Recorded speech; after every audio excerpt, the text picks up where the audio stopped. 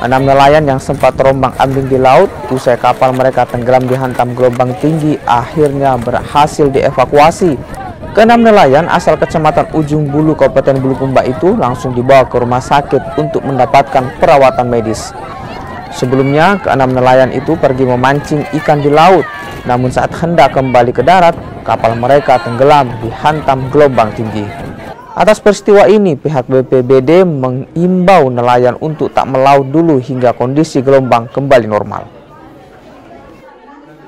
Dan sumber dari kejadian tersebut ini disebabkan karena cuaca buruk. Akhirnya kapal dihantam ombak dan akhirnya tenggelam. Dan menurut informasi muatannya juga berlebihan.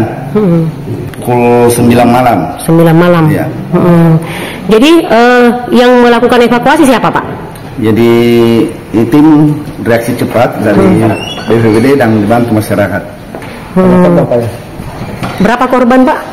Ya, kalau korban kan yang berhasil dievakuasi berapa orang? 6 orang. Ya.